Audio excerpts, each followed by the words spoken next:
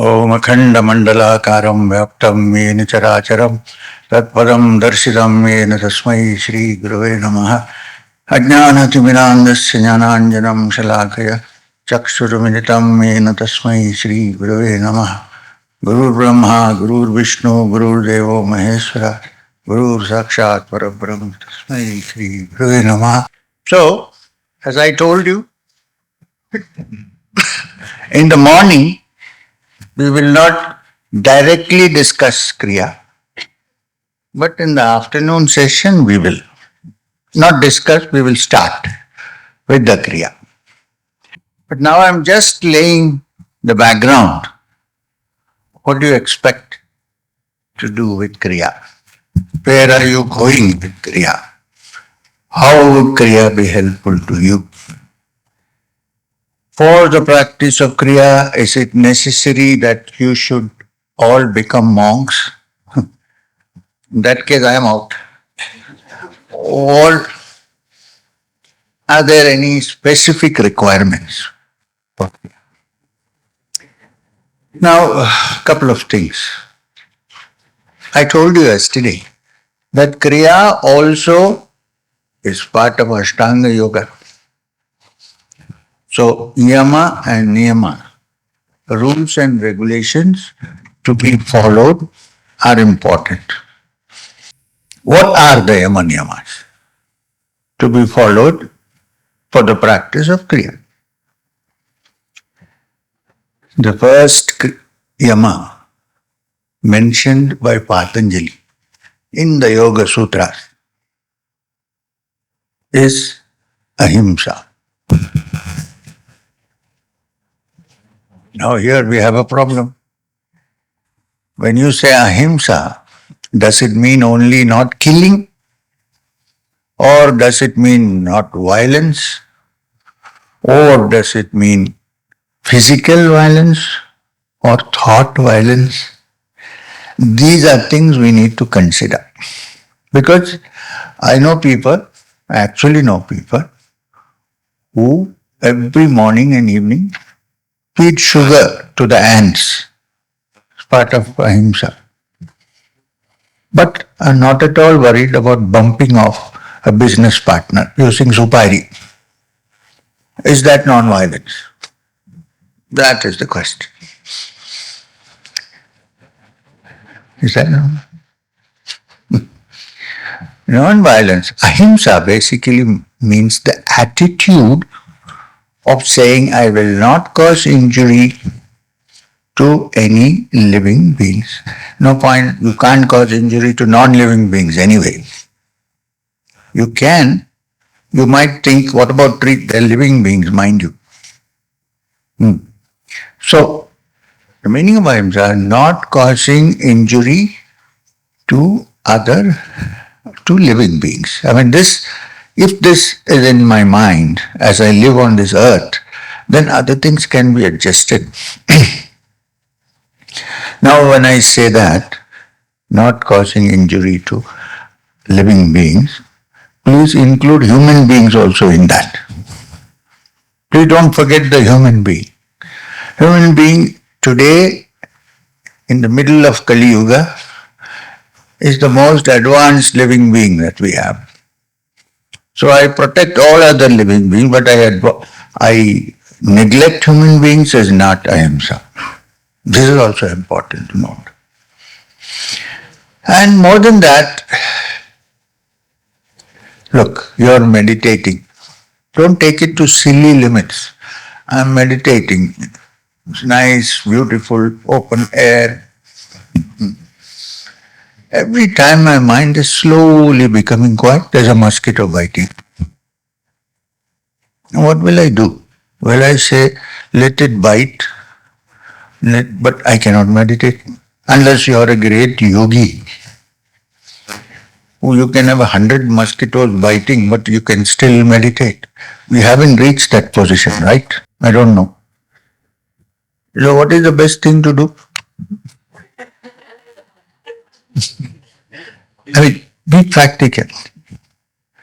Now, the other thing, you can prevent it by sitting in an area where mosquitoes do not come. have a mosquito net, something like that. So what I'm trying to say is, take all these things with a pinch of salt, a little bit, be practical. Now, suppose I'm meditating and then more advanced living being, like a human being, is insisting on sitting on my lap. You can't squash that living being, right? God forbid, you can't do that. So you can say, please sit on my lap later. And the attitude of how I say that, please not get out, then there is violence. So these are things which we have to think of carefully as we live our life on this earth. All of us are living in this Grihastha Jivita. None of us are living in ashrams. Ashrama, actually, I don't know how many really live in ashrama, because the meaning of the word ashrama is ashrama, no work, no shrama at all, no effort. That kind of effortless living, I think, is more an attitude of the mind than a physical attitude or physical conditioning. Today it's very difficult. You can live in a so-called ashrama, but mind is always. So these are some of the simple meanings of ahimsa. Of course, food. Today it is proved beyond any doubt that you can survive in this earth and have enough protein even if you don't have animal food. Understood. Now it is proved beyond any discussion.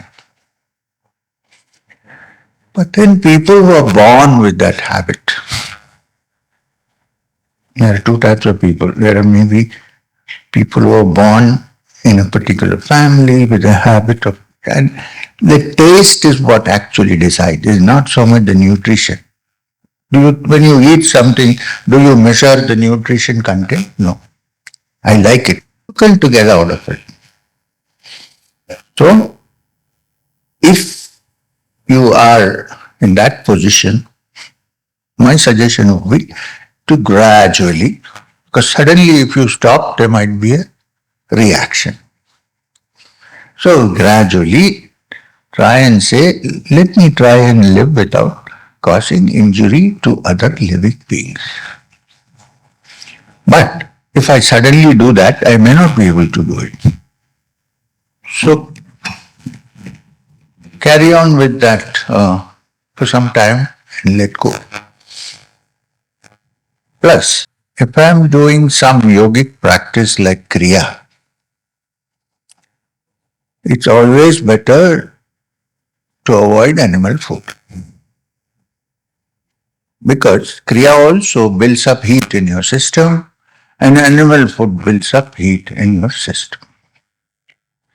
But I refuse to believe that vegetarians are all good and non-vegetarians are bad. This I do not. Why? Because we have prime examples. The great Hitler, who put so many Jews into the chamber, was a pure vegetarian. He did not even eat eggs.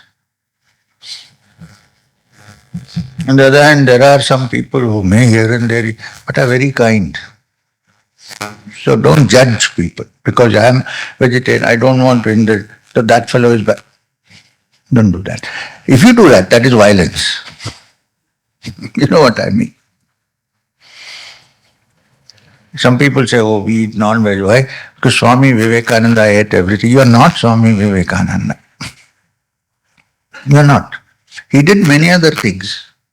Not only once in a while had some. No. So, this is the, but try as much as you can. You know, the beautiful food. Yesterday night, there was lovely dinner. Today morning, there was lovely breakfast. I'm sure throughout you are going to have nice, tasty, good, nutritious food. So you can avoid. So keep this in mind. Don't fall into extreme. But I have noticed that people who practice Kriya go into deep meditation, into spiritual states of mind, gradually the desire for that drops off. Unless you say, I'm a Vamacharin, I'm a Kaula Marga practitioner, I have to offer some and all that, I don't want to discuss this matter. It's up to you. You decide. Okay, so we have kind of looked at Ahimsa, right? Ahimsa also includes getting angry with somebody, feeling offended with somebody, thinking that somebody is dirty and we are nice and pure. All this is violence. Avoid. Now, as much as you can. You know why I'm saying that? If you are 100% that, you don't have to do Kriya, you're already reached.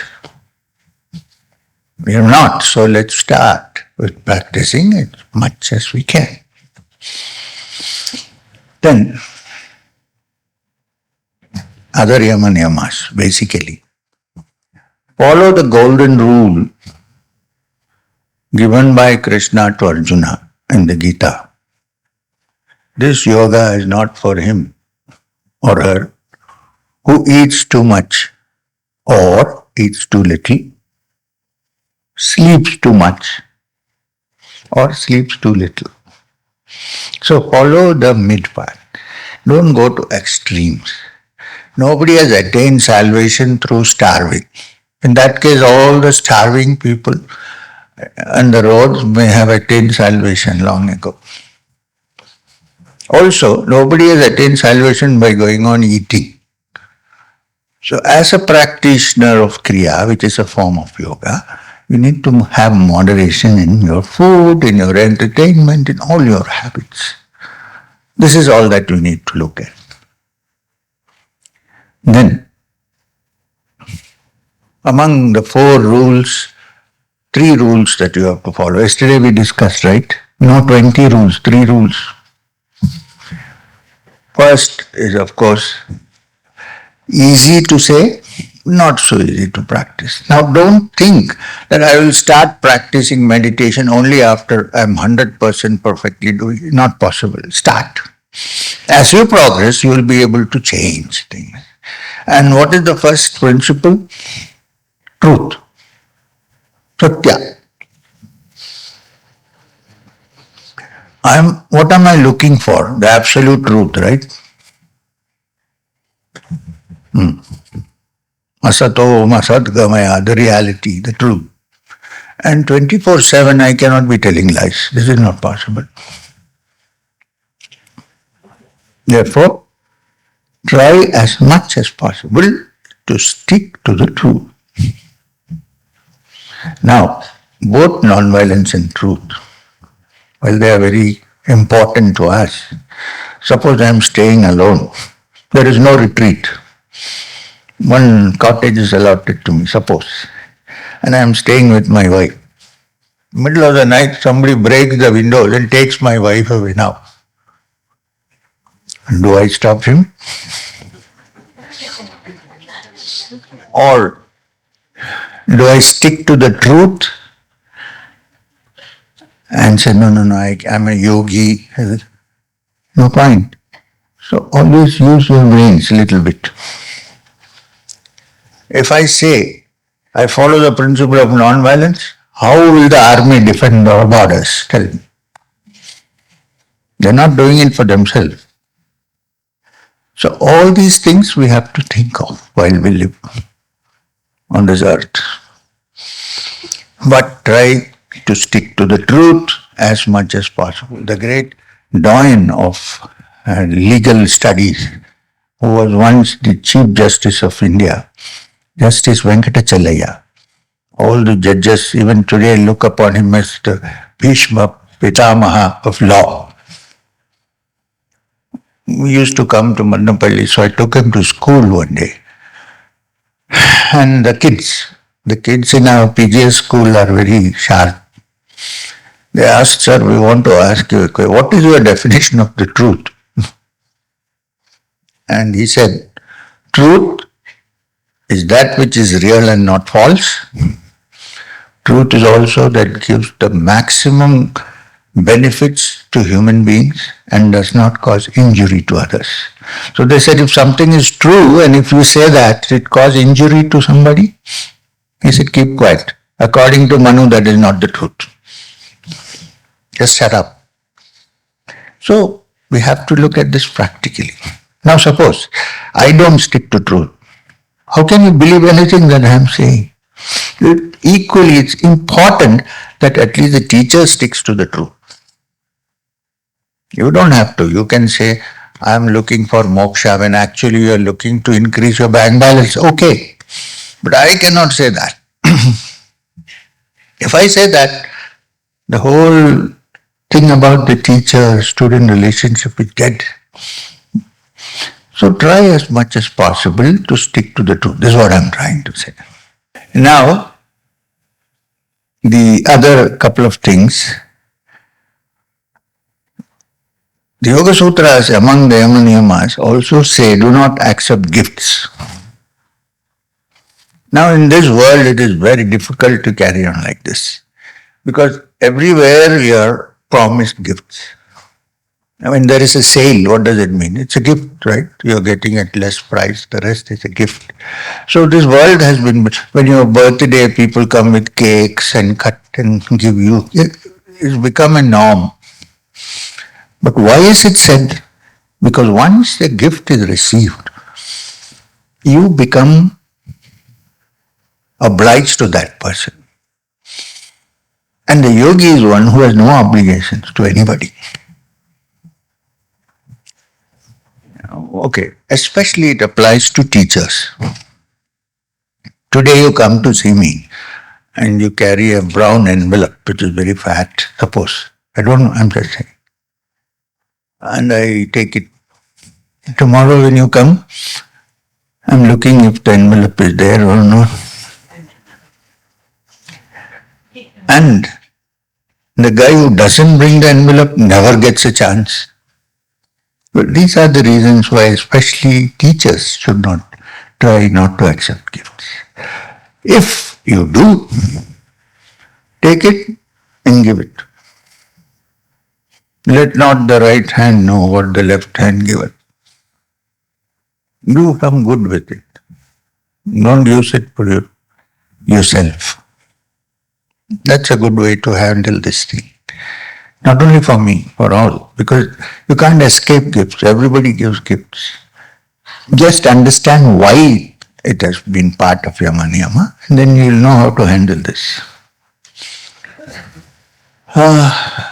Anything else? Now, practical rules.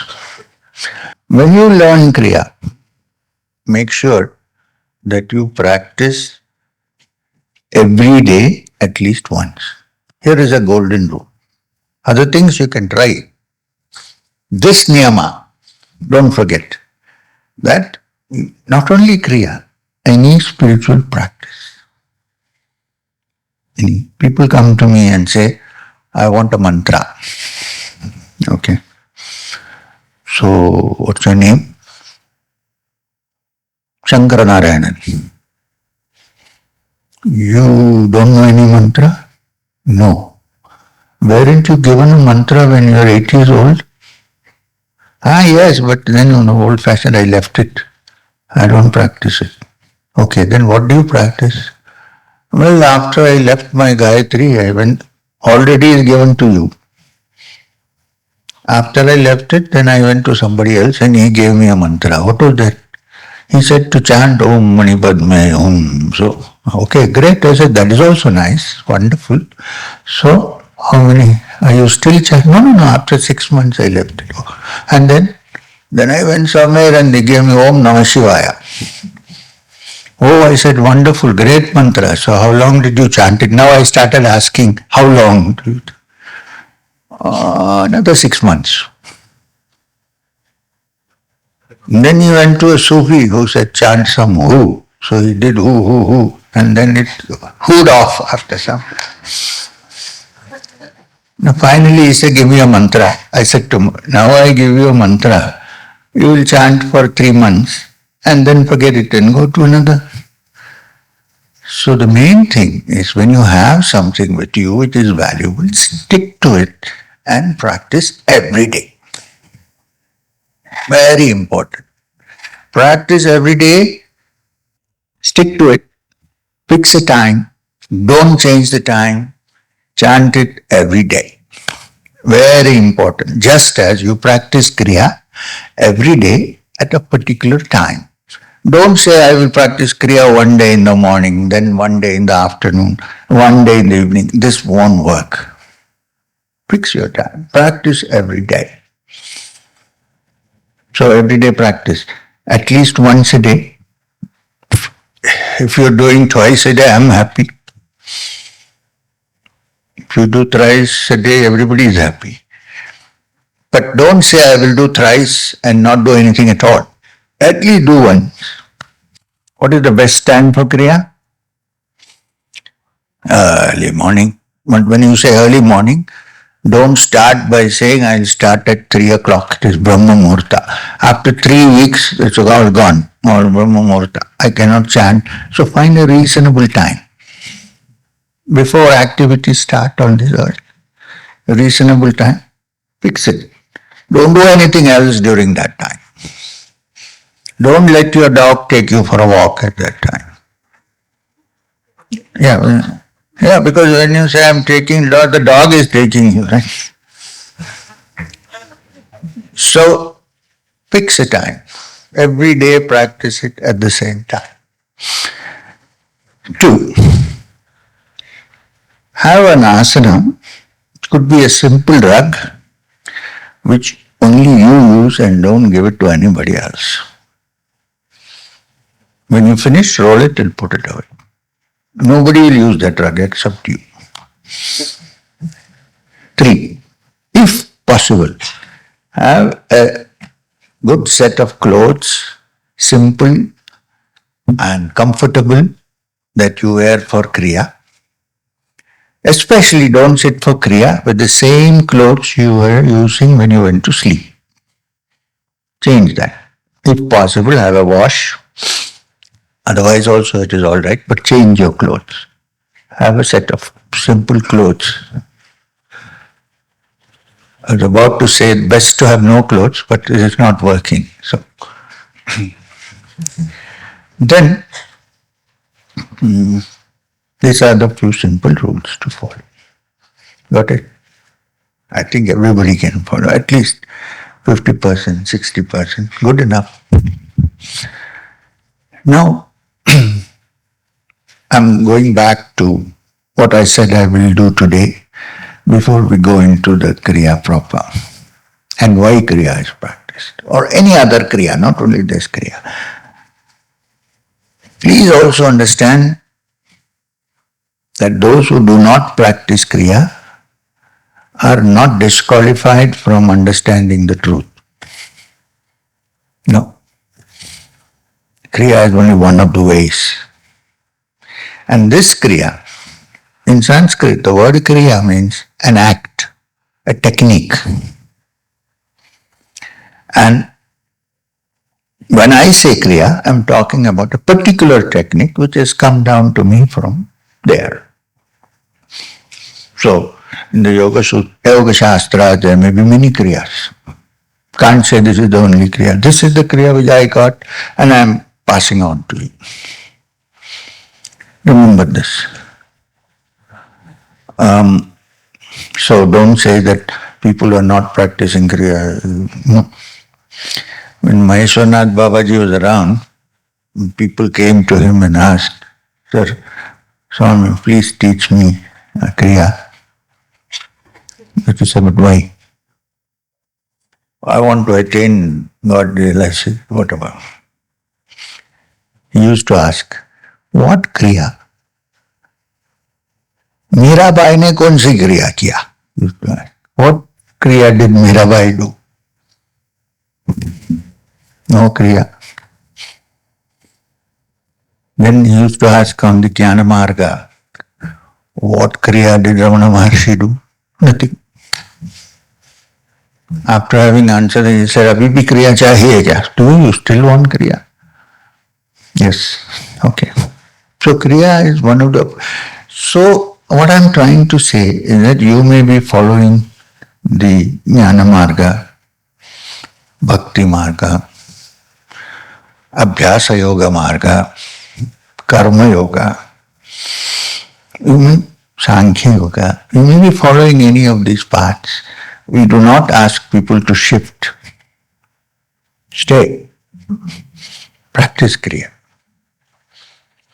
Kriya will help you to move on the path which you love to move on. You don't have to shift. I don't advise people, don't go to temples because the Supreme Being is Brahman. Right. Fine. How can I say that I love to go to temples? Simple. Or people who come and say, you have to go to temples. I say, no, you don't have to if you don't want to. You can sit at your home. You are yourself a temple of God. Because the Atman inside, the Jiva, is a spark of the Paramatman. So we are ourselves temples. If you don't want to go, don't go. But if you enjoy going, go. It's wonderful. And please, when you go to temples, when the arati is being done, don't close your eyes and stand like this. The arati is being done to show you. And remember, in the olden days, there were no fluorescent lamps and electric lights. Fortunately, no bathroom tiles to build the shrine. So, people actually saw the face through arati. The whole deity was shown through the arati. So, when you do arati, open your eyes and look. It's to enjoy. Right? And then, after you finish, go and sit in a corner and close your eyes if you want. A very simple thing to follow. Or don't go to the Advaita Ashram in Almora and say, I want to do arati. It's meant for Vedantic meditation, study of texts like Viveka Chodam. There is no shrine actually. All Ramakrishna missions have shrines to Thakur, who is the deity, not in the Advaita Ashram. Where there is no deity, there is no arati, people sit and meditate. What I'm trying to say is there is no, it's not a contradiction. This is the only country in the world which approaches divinity through so many paths. Nobody will tell you, do only this, do. Then we are in trouble. So, with this backing, now I want to tell you, what are we seeking for Kriya? What is it that we are looking for? Now, to be very simple, we are all looking for happiness. This is very, it's not so complicated. We are all looking for happiness. And usually we look for happiness in this world through our five sense organs. The primary theory is, at the moment theory, is that the happiness or the fulfillment that you seek cannot be found anywhere in the outside world, however much you try. And by the time we think we'll try again, we are in the grave.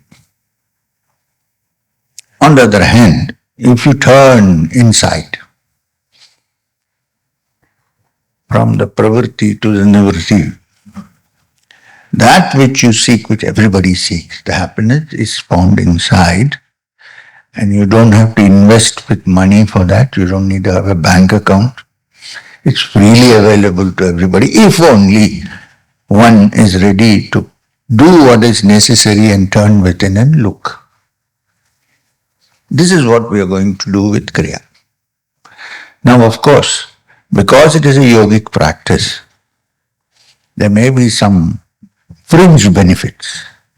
Your brain may become sharper and things like that. Or you may be able to think better. You may be able to fulfill things which you find it so difficult to do. But we won't spell it in the beginning because then people will do Kriya only for that. These are fringe benefits.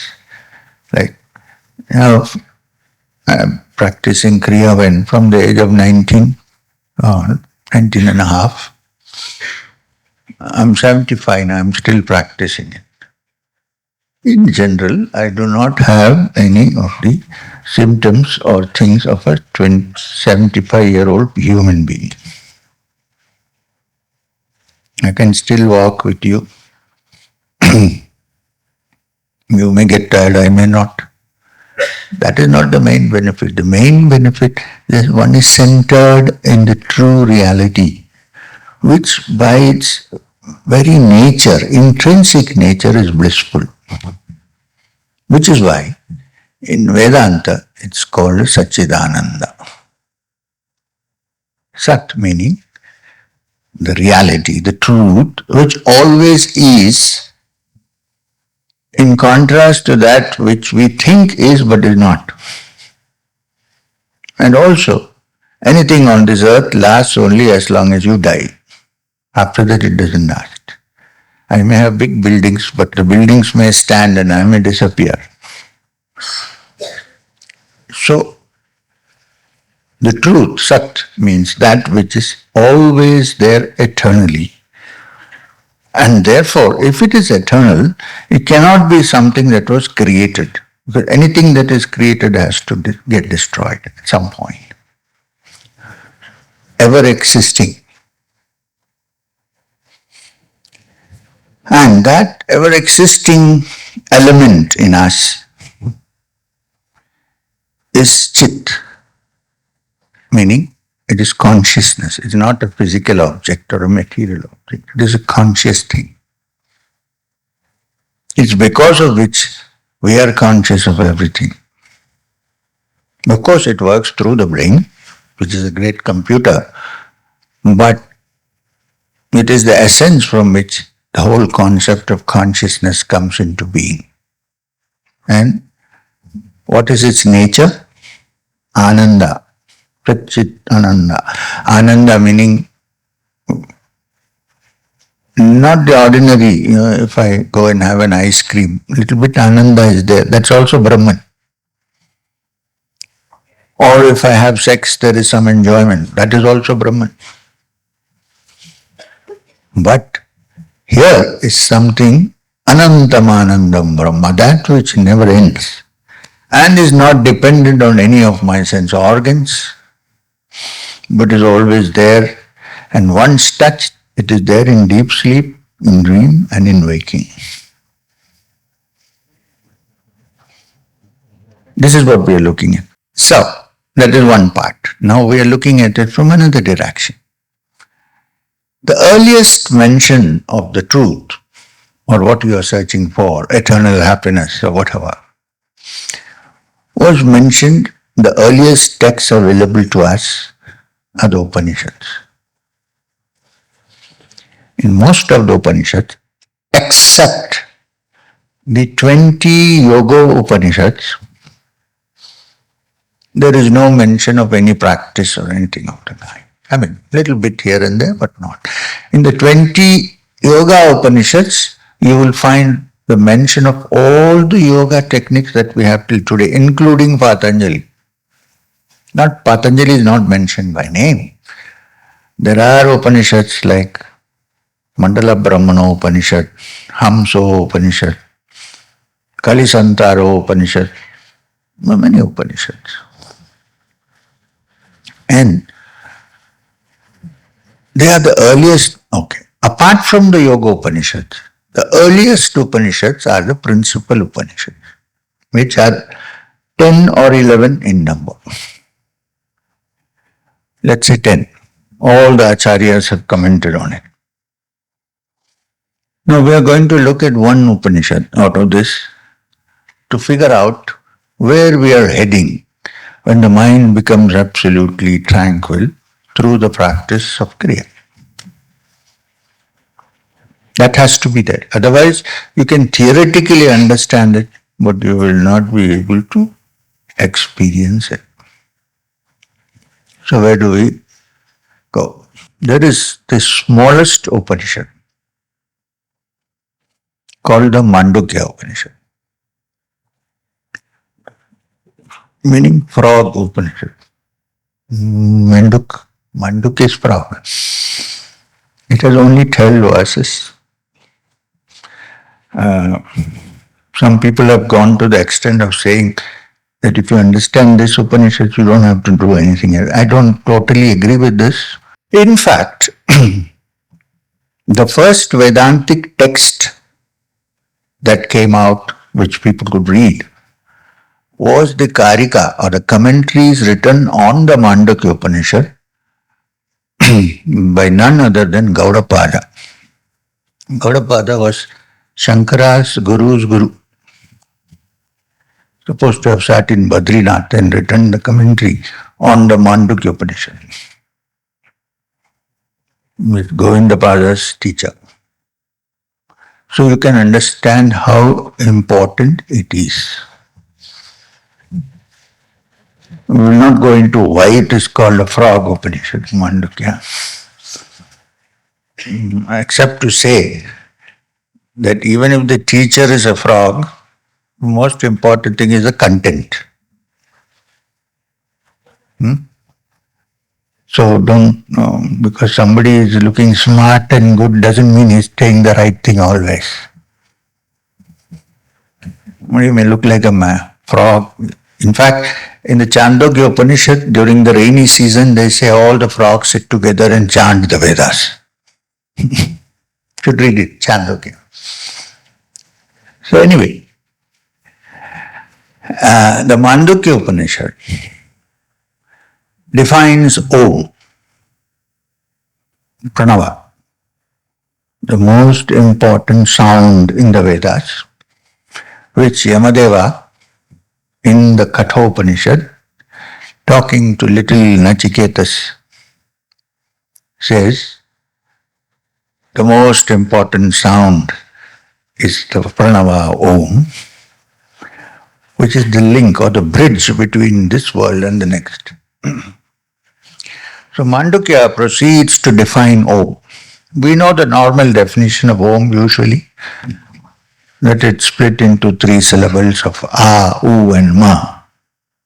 This is common knowledge. We all A indicating the beginning of all existence, which is the deity Brahma, the creator, and so on. But, well, from the point of view of Sankhya, for instance, nothing is created.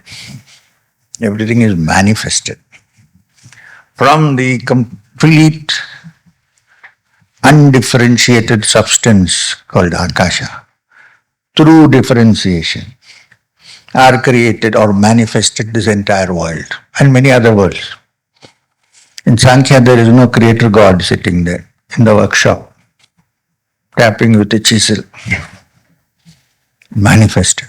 And because it is manifested, in Pralaya it demanifests itself and then repeats the cycle. Maybe in a different way, maybe in the same way. This is the whole cycle. So the primary sound in Om represents the beginning of everything. It's the simplest sound anybody can make. Even a child can say Even a dumb person can say And it's also the sound that we normally use, we don't realize it. One, when we are totally overwhelmed and excited, surprised, excited. It's also that which is used when there is pain. Nobody says, it's and then it may go to and all that. Like, it's the first sound. Yeah, when something is right, we say Om without knowing. So, is the beginning of everything, beginning of creation, beginning of the world, beginning of beginning of thought. First sound. In most alphabets of the world, the first sound is Maybe written in a different way, but Then U. U represents when something is manifested, it has to be maintained for a while, preserved for a while. That part is the U sound. comes from the middle of the tongue. U. And then Om. Now, if I have to utter another sound, I have to open my mouth again. I can't do it after saying Om immediately. I have to open my mouth. So, end of everything. So, manifestation, continuing, and ending. Now, when ending, it means not ending, but regeneration. Rudra or Shiva is the deity, Maheshwara, of destruction, but it's not distraction. It's going in one form and coming into another. And also, if only the old things remain on earth, there will be no space for the young, for the new. So the old has to be recycled. To use the modern jargon, recycled. Okay. This is the usual O.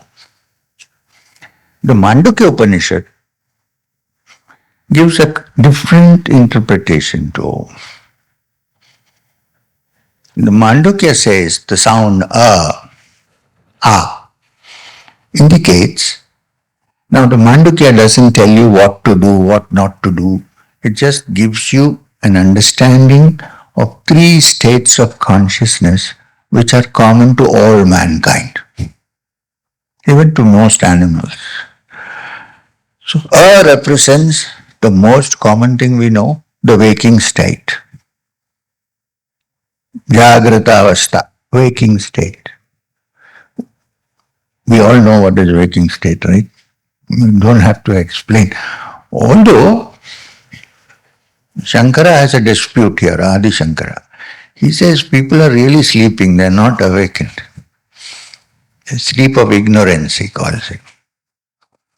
Well, it doesn't matter. Let's forget him. At the moment, we all know we are all awake, which means all our five senses are working in some way when we want.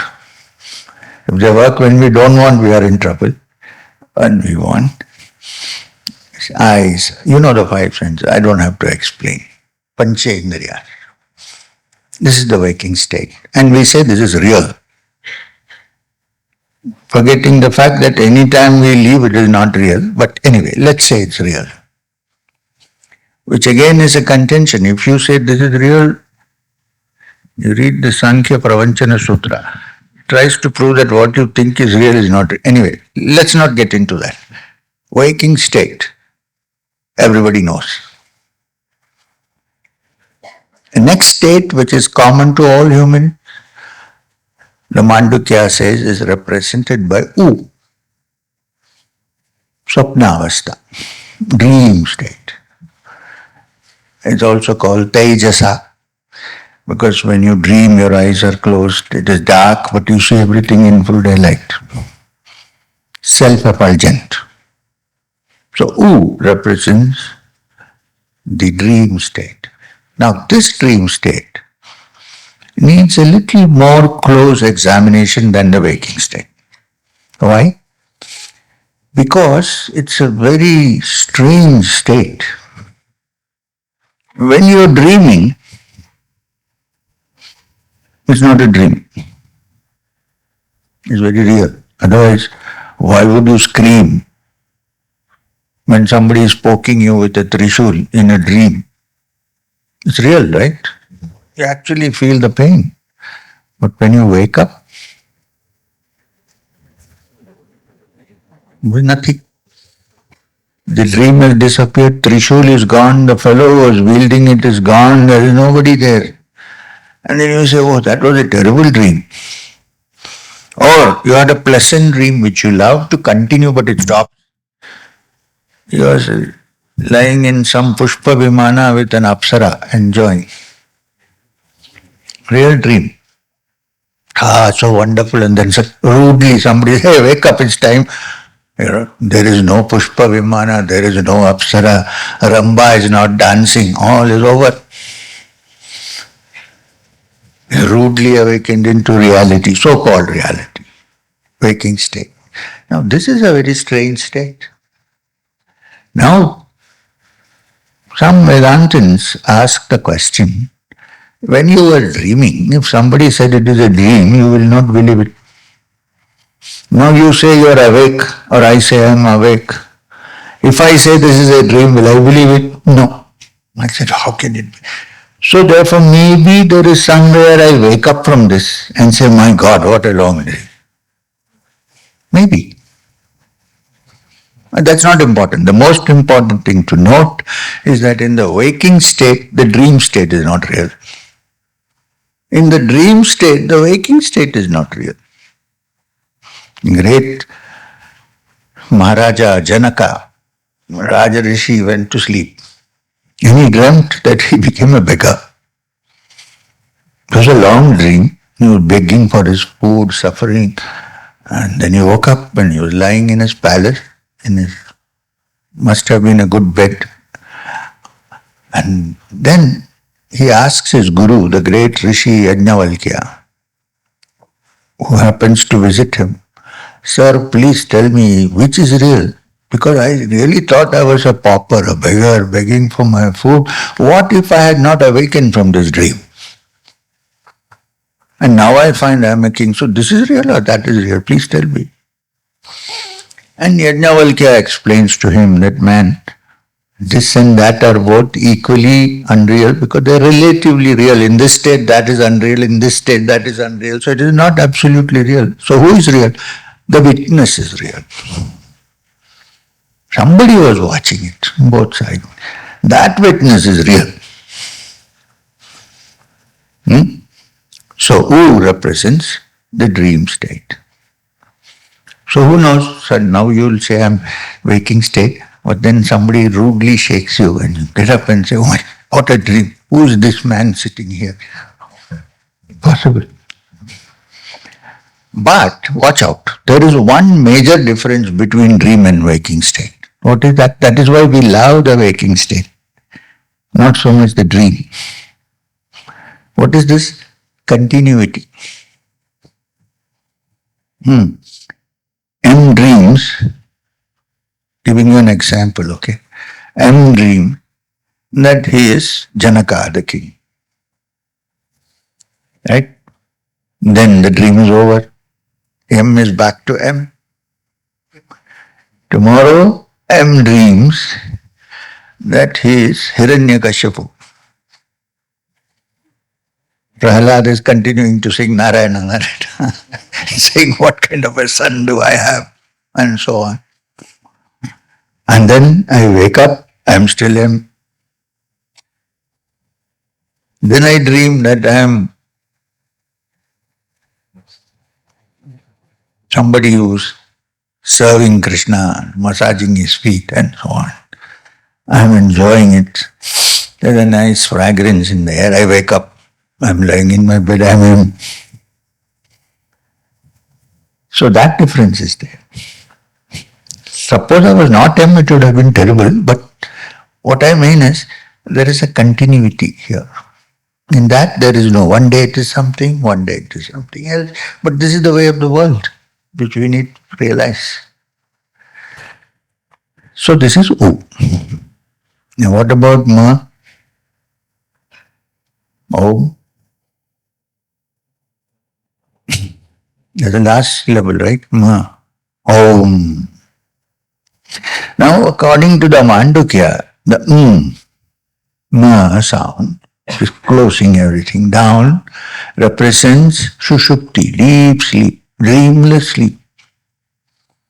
In the course of the night, while there is mostly dream sleep, the medical people call it REM, rapid eye movement sleep, because you're dreaming, so eyes are moving, tuck, tuck, tuck, tuck. But there is one part where you're deeply asleep. And that is Sushupti. Why? What we mean by there is no dream, there is no waking, there is no inner cognition, there is no outer cognition, there is no Andhra, there is no Jharkhand. Nothing is there. You wake up, you are in deep sleep, you don't even know who you are for the time being, right? Because you don't know who you are, I'm saying the ego, our personality, who we are, we take rest. The moment I realize who I am, my ego, not the ultimate, I cannot rest. Rest comes when I have been annihilated. Because I feel nothing, I see nothing inside, I see nothing outside, all shut, deep sleep. And yet, I love to sleep because it is so blissful. Why is it blissful? Because I am not there. I, as an ego, does not exist in sleep. It's gone. Comes back, of course. Therefore, in this mad world, if there was no deep sleep, can you imagine how madder it would have been? This is the time we go and rejuvenate ourselves and come back. I had a good sleep, which is why the maximum medicines that are sold in this world are to sleep. Also, the other thing that is sold is how to remain young. The third one, don't trust. How to grow hair on a bald, it never works. In my part of the country, in Kerala where I come from, there is a saying, Kashandikyam kushumbinum marinilla. That means there is no medicine for baldness or jealousy, two things. Because jealousy is a strange phenomenon. You are not losing anything, somebody is gaining and you are burning. So, in that deep sleep, even though I don't realize it at that moment, when I wake up, I say, oh, that was a blissful, beautiful sleep. How many times have you switched off your alarms and said, 5 more minutes? Why? Because you don't want to come back. You're in that beautiful state of bliss which you don't want to come out of. But the moment you fully awake, you forget it. When you're fully asleep, you are not aware. In the interim period between sleep and waking up, you're kind of aware. Then you're out and you're done. Over. This is Sushupti. Now, it doesn't stop there. Upanishad says, Mandukya, that Om doesn't stop with just Ma. You don't say Om, right? Om. The Ardhamatra, that's a and all music is also from there. See? So that is very important. We miss it because it is not a heard sound, it is almost unheard.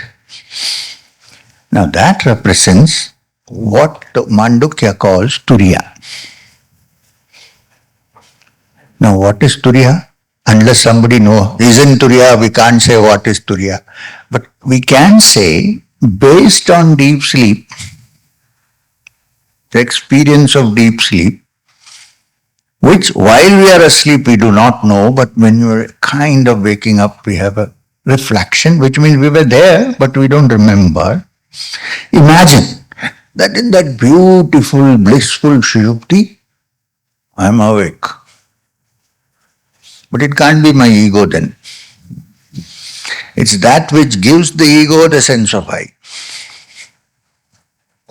But the ego then identifies with many false I's.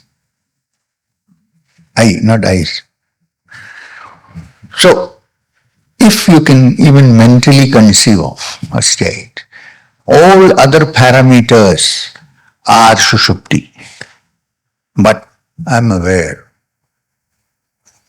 Now that I am aware cannot be M or G or S or anybody. It has to be an egoless entity there. But entity. This, says the Upanishad, is Turiya. And as waking, dream and deep sleep exist for all mankind, Turiya also exists. But that is one thing we don't find. So the whole process, why do we not find it? Because the mind, the ego, which is an artificial creation, made up of all our desires and disasters and despair and happiness and everything put together. It is the active screen that hides Turiya from us. So, if the mind, which is always acting in opposites, I like, I don't like, pleasure, pain. Whenever there is some pleasure, please believe me, around the corner there is some pain hiding there, lurking there to come. We don't mind the happiness, but when that comes, we say, I don't want. Not possible. Both are together, like they're twins. So, if a mind, theoretically, or through the practice of something, of yoga, or through spontaneous devotion, possible. Not cultivated, but spontaneous devotion. Or through the blessings of somebody who has touched Turiya.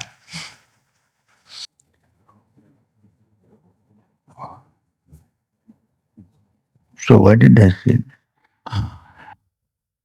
The ego is so purified, the mind is so purified that it has no likes, dislikes, no fears, mainly fear.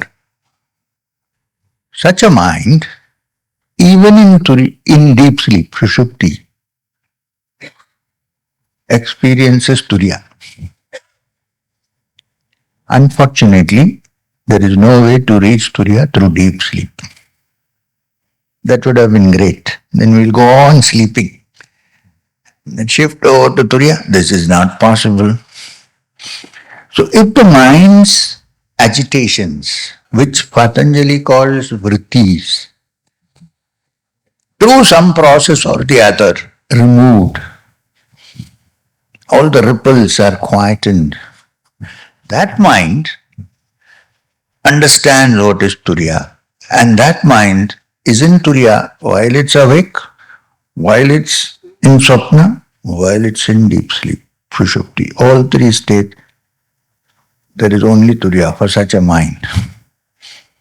So the mind has to be made tranquil, quiet, all the vrittis have to be removed, and then, now sometimes it happens through spontaneous devotion. Now don't ask me to explain, I cannot. It usually happens when, okay, let's look at it from another angle. There is an Upanishad called the Ishavasya Upanishad. It's also called Isha Upanishad. It's 2000 years old. Now, the Ishavasya Upanishad talks about the supreme reality, the Isha, Ishvara, Isha, that exists everywhere. It's also a short Upanishad. It goes like this. Ishavashyamidam sarvam yatkincha jagatyam jagat tena taktena bhunjita mahagradha kasya suddhanam. You cannot put it in English, believe me. But we have to try. Ishavashyamidam sarvam, that supreme reality, Isha, pervades everything here. Here, idam, not there. Ishavashyamidam sarvam, it pervades everything here. Yatkincha jagatyam jagat, it pervades everything in this world that moves. The world is called Jagat, right? Jagat, because it's Jagatyam, constantly in movement. Life, death, death, life, constant movement. There is not a single thing on this universe that does not move. So it's called Jagat, Jagatyam. If you say these physical things are not moving, you're wrong. Ask a physicist. Everything is moving. Electrons are moving. The quantum quarks are moving. There is nothing that doesn't move. Time is movement. If there was no movement, no change, you will not know what is time. And the mind, do I have to tell you that it moves? Always moving. I am sitting in Chennai, my mind is in Madanapalli. Moving. Constantly moving. Now, the Upanishad says, therefore, this supreme reality, consciousness, pervades everything here in this moving universe. Tena tyaktena bhunjita ma gridha kasya svidhanam. Therefore, says the Upanishad, since everything is moving and is bound to be born and end, don't hold on. Let go and rejoice. From childhood we are taught to rejoice, we have to gather. Upanishad says, let go and rejoice. Now this is a contradiction. What should we let go to rejoice? The ego. We are taught that the ego should be strengthened, then you can enjoy. The Upanishad says, let go and enjoy. Tena tyaktena bhunjita. Why? Because everything is moving. And when you let go, the moment stops and you come to that point which is the only thing that is real and always there, whatever the moment around it happens, that is your inner self called Isha. Suppose theoretically we accept what the Upanishad says, that it exists everywhere, pervades everywhere. There is nowhere it is not there, right? In that case,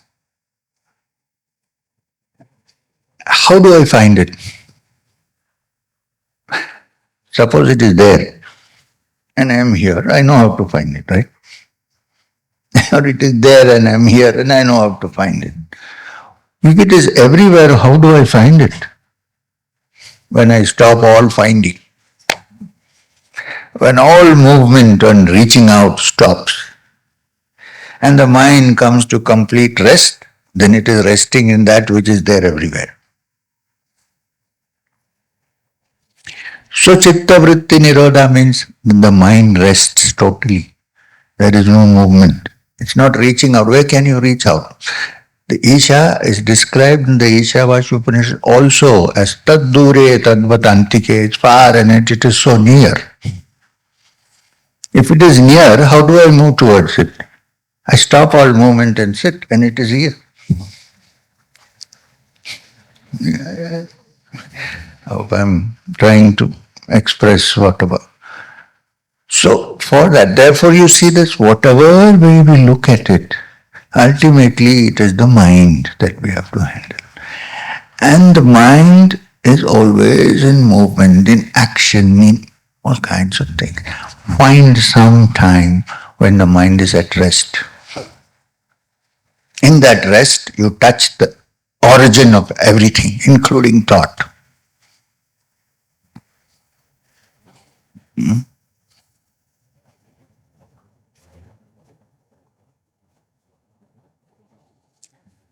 So, any Abhyasa Yoga, sixth chapter of the Gita is called Abhyasa Yoga. Any Abhyasa, any technique that you learn is meant to settle this down, the mind. I'll connect it to prana afterwards. It can also be possible when there is a great being who from childhood has understood that the body is not my true identity and finds the self. This is rare. There is also the case of great devotees who from childhood are filled with devotion. There is no thought, there is only love. Can't be cultivated. But sometimes it happens in the presence of someone who has touched it. The theory is simple. Now, this is dangerous to say, then everybody will try to touch you. No. You don't have to touch. I'll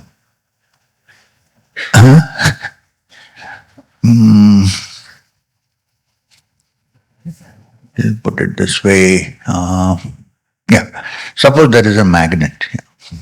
Here, not here, here. And there are iron filings around.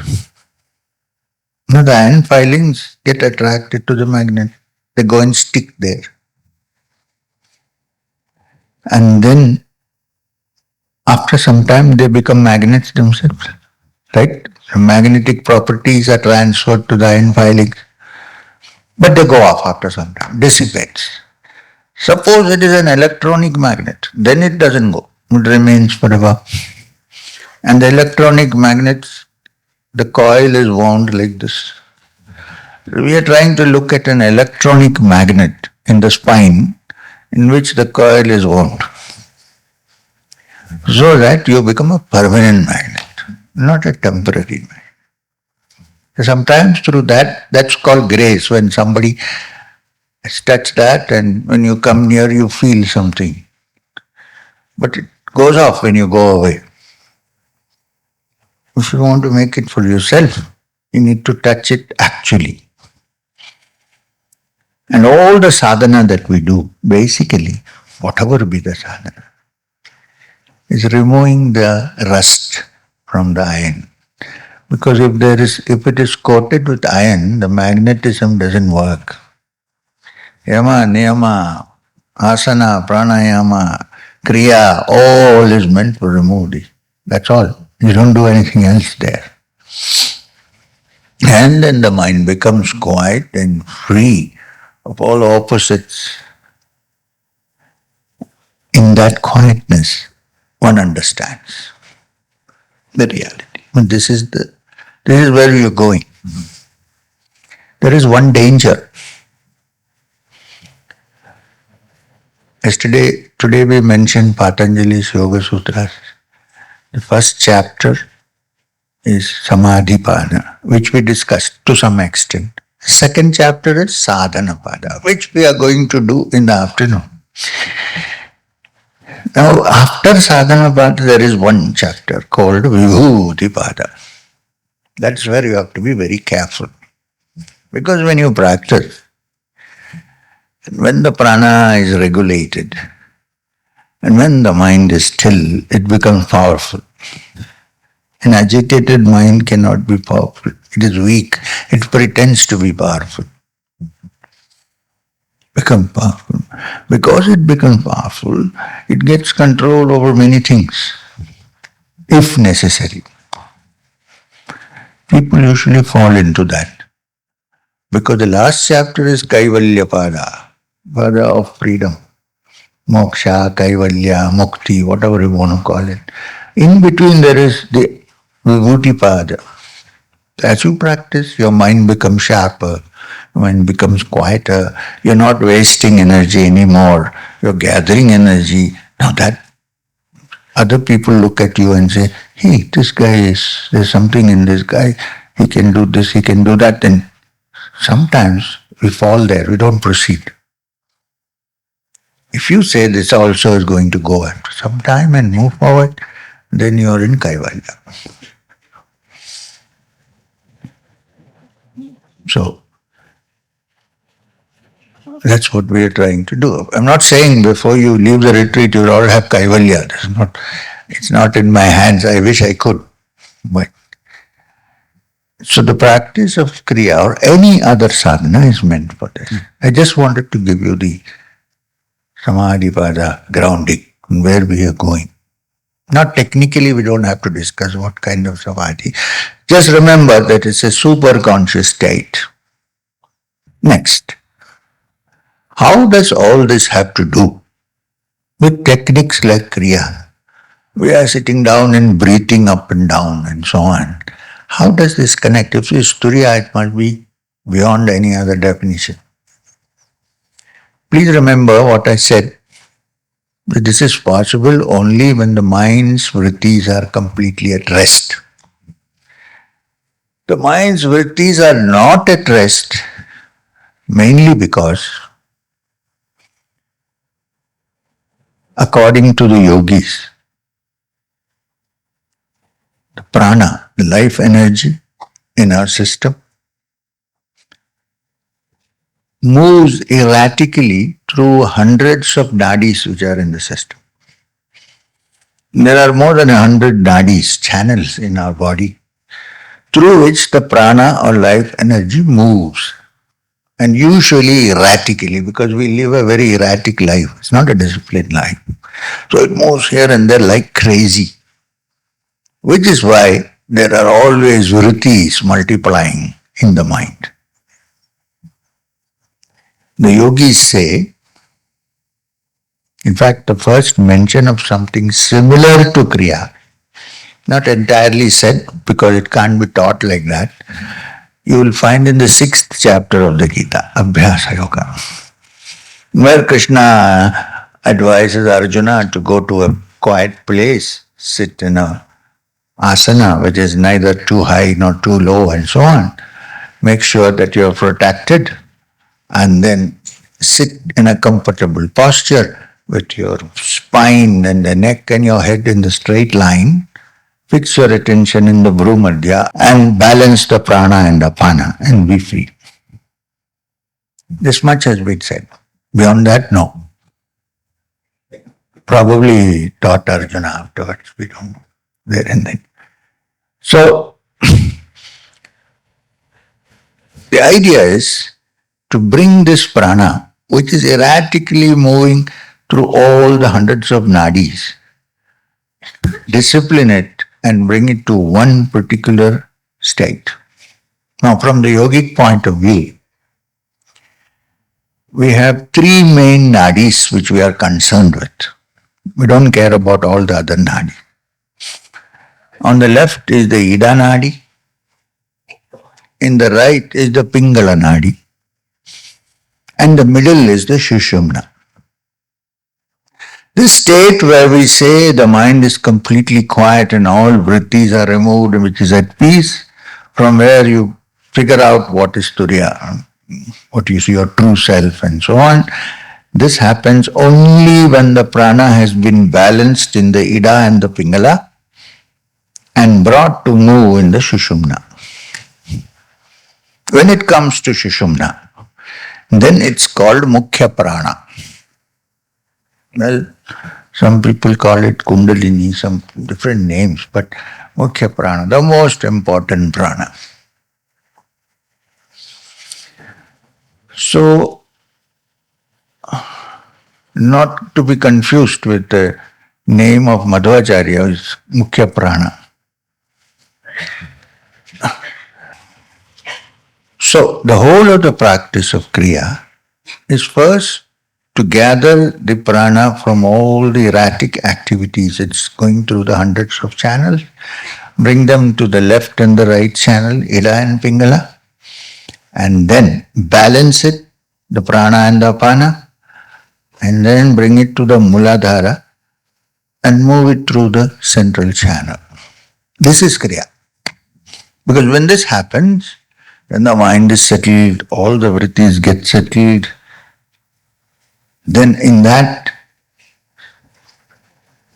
ripple-less pond, in that beautiful mirror of the mind, free of all vrittis, is revealed the reality of who you really are, what it is. So this is Kriya. Now you should also understand that both the nadis have different functions. This is not Gray's anatomy, it is Patanjali's anatomy. All the similarities are there, of course. Now this is interesting that your Ida nadi actually starts from the right side of the Sahasrara. and then crosses in the middle of the eyebrows and goes down, comes to the bottom. In the same way, the Pingala Nadi starts here, crosses and comes down to the right and joins at the Muladhara. The Sushumna is straight from Muladhara to the Sahasrara. All we are attempting to do in Kriya is to first balance the Ida Pingala, then bring the energies together at the Muladhara.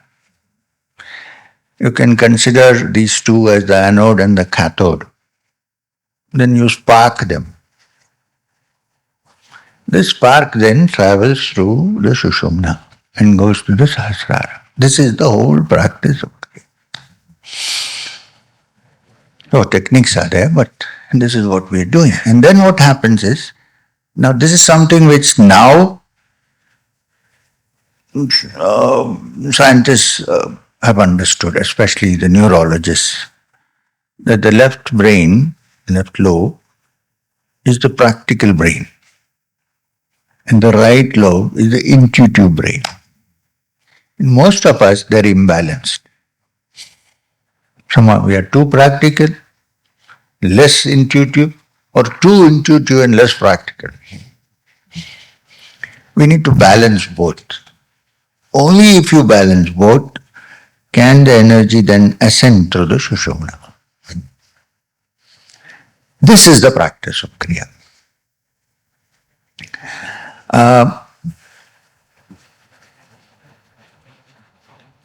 I want to tell you about this, something interesting. The right brain, being the intuitive brain,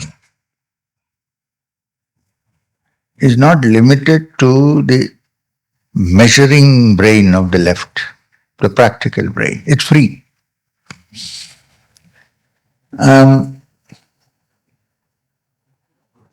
There was a medical professional lady in the US whose name was Jill Bolte. She had a stroke. She wrote a book after that called The Stroke of Insight, My Stroke of Insight. You should read it, interesting. Just before she became totally impossible to communicate, she had called the emergency, so they took her. She got well afterwards and then wrote the book. Now what happened was, she had a massive hemorrhage of the brain in the left side. Through Kriya, we are not aiming at hemorrhage, okay? The left side. And therefore her practical brain, left brain, which is the calculating brain, right? I am sitting here, so this is my position. You are sitting there, you are separate. That is although it appears to us as natural, it's part of the left brain, the calculating brain. I can't say that I and you are sitting in the same place. No. You are there, I am here, space, everything is decided here. Now that got paralyzed. So what happened? Only the intuitive brain was working. The intuitive brain cannot measure and say who you are, where you are sitting and all that. It doesn't measure the size of your body. Nothing. So when she got this stroke, before she completely became unconscious, she had a very strange experience which you find only in the annals of Samadhi descriptions or in Vedanta and so on. She suddenly found that she was not different from the bird that was sitting on the tree. Both are same. The bird was chirping, and to her she was chirping. The wind was mowing the trees. She was mowing. She was also the tree. She was also the wind. She was also the bird. All that had happened was the practical brain was stopped. The practical brain wouldn't have allowed that. Hey, Jill, you are only this much. Yes. We are saying, we are going a step further, saying that even that has to be balanced. And when the prana moves only through the Sushumna, then you see, understand the meaning of the word Ishavasya Sarvam. This is the aim. So please do not mistake the technique for the goal. Don't think Kriya is a technique. The goal is all-pervasive understanding of yourself, which in Turiya remains free of everything in full bliss. This is where we are heading in the practice of Kriya. So we come back and see how we can handle this. How can we catch this prana and make it obey us instead of we obeying the pranic movements and bringing it to the Sushumna. This is the teaching.